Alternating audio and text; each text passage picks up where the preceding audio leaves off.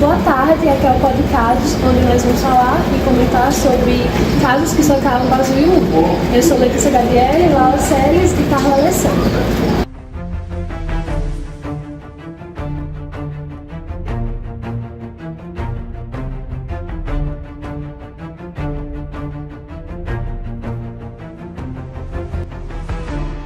A gente vai dar início à roda de conversa.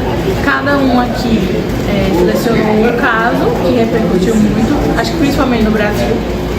E aí a gente vai abordar o caso e aí nós vamos discutir sobre. Eu vou comentar sobre o caso Lucas Terra, que foi um adolescente de 14 anos. O caso aconteceu nos anos 2000 e foi um caso que chocou o Brasil pela brutalidade do caso e pela repercussão. Lucas Terra, um adolescente de 14 anos de idade, frequentava a Igreja Universal com sua família. Em um dia, ele estava na igreja e comunicou aos pais que teriam que voltar mais tarde. E nesse dia, a partir daí, ele não voltou mais para a casa dele. O pai, preocupado, começou as investigações e tudo mais. Foi quando foi achado um corpo de um adolescente com as características de Lucas e queimado, carbonizado. Começaram então as autópsias no corpo e descobriram que primeiramente ele tinha sido asfixiado, só que ele não morreu. Então o Lucas Terra morreu queimando. Começaram as investigações e começaram suspeitas com um pastor da Igreja Universal, que já tinha muitos casos polêmicos, já havia de outras igrejas com esses casos polêmicos, e começaram a investigar ele, e descobriram que ele estava incluso nesse caso, ele estava participando do caso, tinha suspeita de abuso sexual, só que não tem como comprovar, porque o corpo dele estava carbonizado.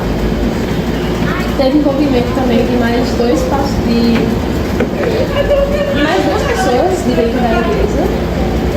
E foi um absurdo muito grande na época, porque envolveu irregularidades e negligências.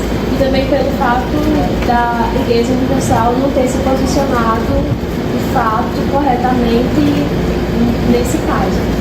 Um caso que veio ter resolução de uns anos para cá, mais recente, a resolução desse caso.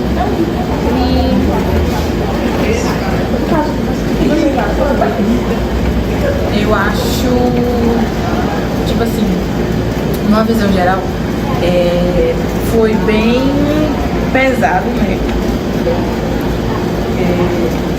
Na questão principalmente dele ser carbonizado e ainda não ter morrido asfixiado, então ele sentiu a dor da queimação.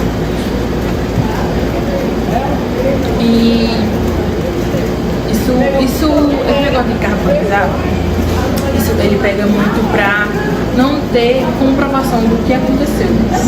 Principalmente, tipo assim, reconhecer o corpo, isso é bem difícil de acontecer, por causa da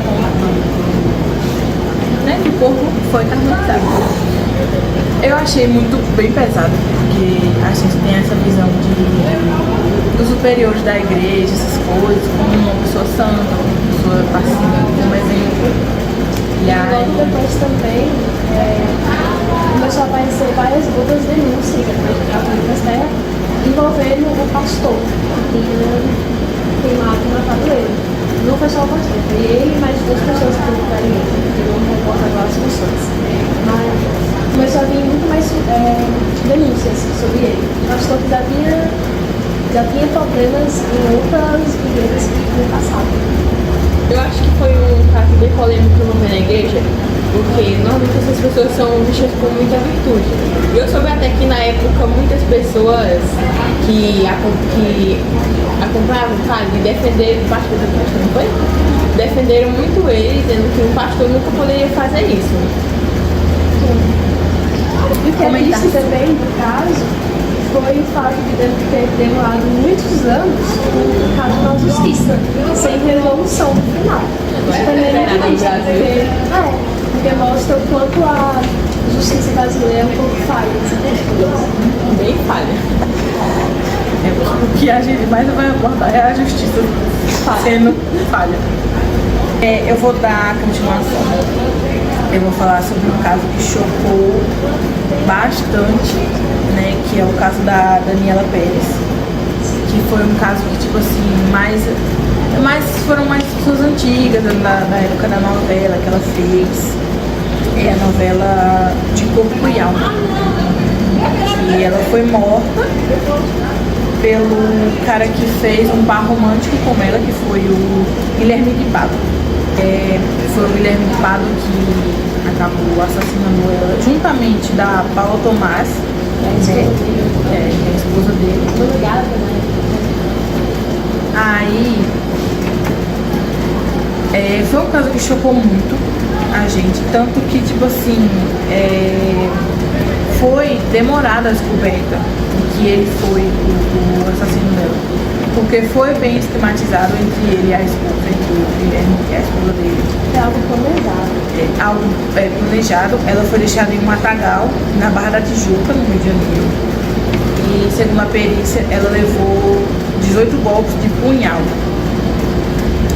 que com força suficiente para atingir 8 vezes o coração dela. Então foi algo que realmente um crime de ódio, né? E tudo isso por conta de inveja, por conta da notoriedade que ela estava tendo na novela e ele não, porque ele, se não me engano, ele seria um personagem descartável da trama. Por inveja, por ela estar recebendo mais fama, mais notoriedade do que ele fez cometer esse crime brutal. E ainda mais da esposa que ajudou nisso. Sim. Aí Ele tem muita frieza no coração dos dois. Até por conta que a esposa dele estava grávida, né? Como é que ela teve coragem de participar de um filme de ódio desse? Ela não fez se o filho deles poderia passar pela mesma coisa. E eu ouvi também que, tipo assim, ele comentava com a esposa que, tipo, talvez teria até se apaixonado realmente pela Daniela e tudo mais. Eles faziam um par romântico na novela. E aí foi muito, eu acho muito mórbido, porque, tipo assim, foi demorado a descobrir que era ele. Então, ele andava pelo set depois da morte dele, ele dizia aos amigos, aos familiares, não vou ajudar, vou não sei o que e tudo mais, e no final era ele. Então eu vi muitas pessoas envolvidas que fizeram outras entrevistas em podcasts e falaram que era uma agonia, porque tipo assim, aquela pessoa que tá ali do seu lado, sei lá, te abraçou, te deu um beijo, te consolou, e aí te consolou e tudo mais. Eu fiquei sabendo que um dos motivos das pessoas começaram a suspeitar dele foi que ele não queria muito se meter nisso, ele ficou fugindo da polícia. Uma outra coisa que acho que foi bem polêmica na época é que literalmente tiraram foto do corpo, postaram uma foto do corpo no jornal na época. Eu vou falar sobre o caso de Suzane von Richthofen, que ocorreu no ano de 2002. Foi um dos casos que mais repercutiu no Brasil pela tamanha brutalidade.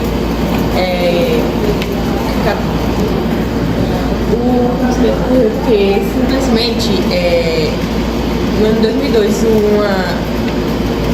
uma jovem adulta de 19 anos acabou sendo condenada pelo crime de matar os próprios pais.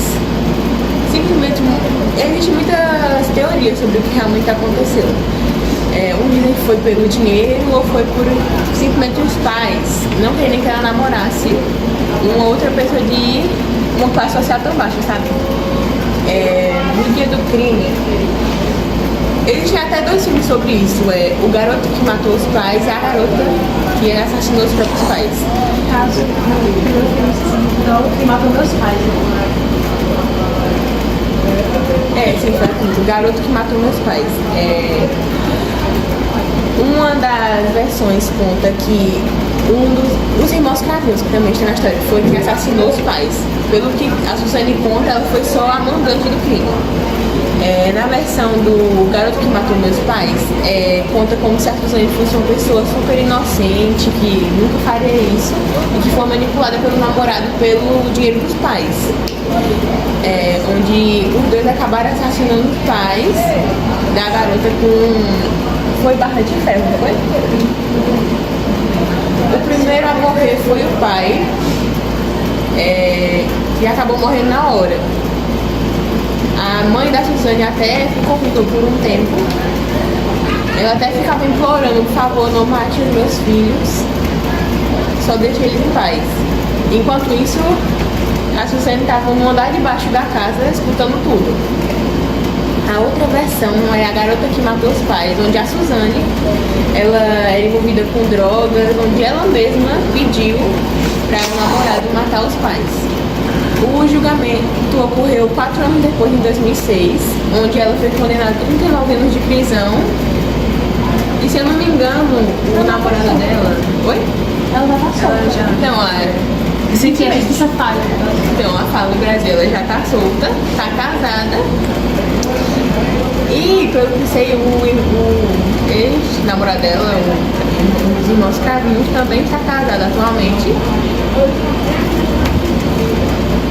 E eu acho que foi um dos filmes muito bárbaros, porque você pensa, como é possível um filho querer matar os próprios pais? Com um caso recentemente que aconteceu aqui no Brasil, não lembro do estado, foi do menino de 14 anos que teve quase de matar o pai, a mãe e o irmão de 3 anos de idade por conta de um erro namorado. E ainda teve coragem de falar para a polícia que não teve remorso. Ele não soou e não se arrependeu de nada do que ele fez. Isso é uma coisa que eu acho bem parecida com o caso da Suzane, é que ela não demonstrava nenhum conquista. Pelos relatos, diziam que depois da morte dos pais ela deu bastante festas na casa.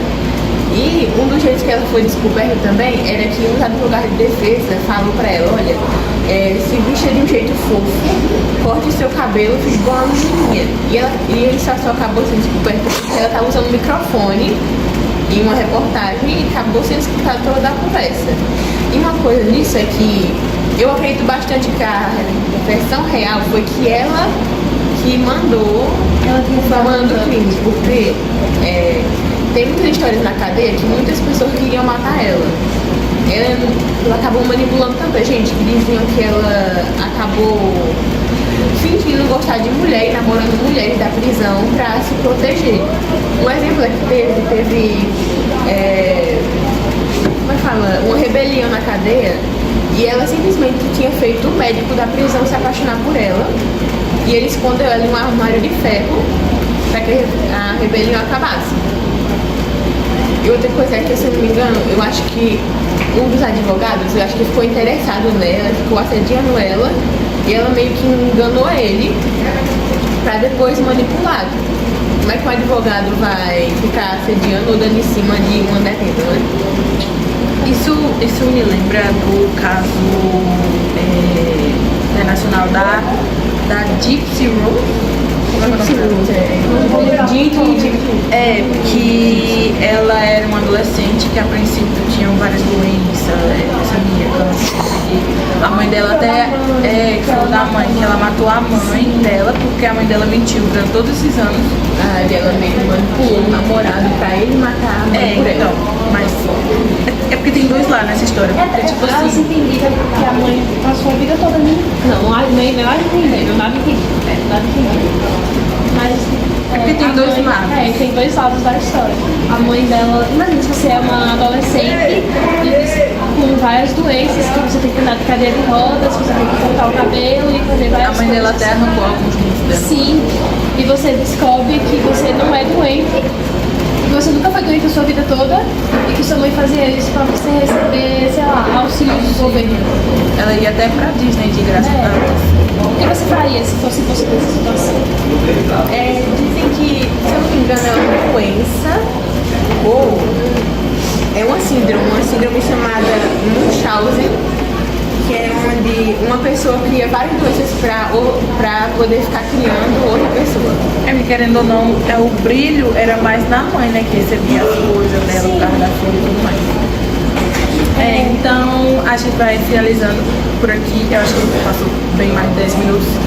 Mas só isso. Aqui nós finalizamos o Pod Casos e fiquem esperando até a próxima quarta.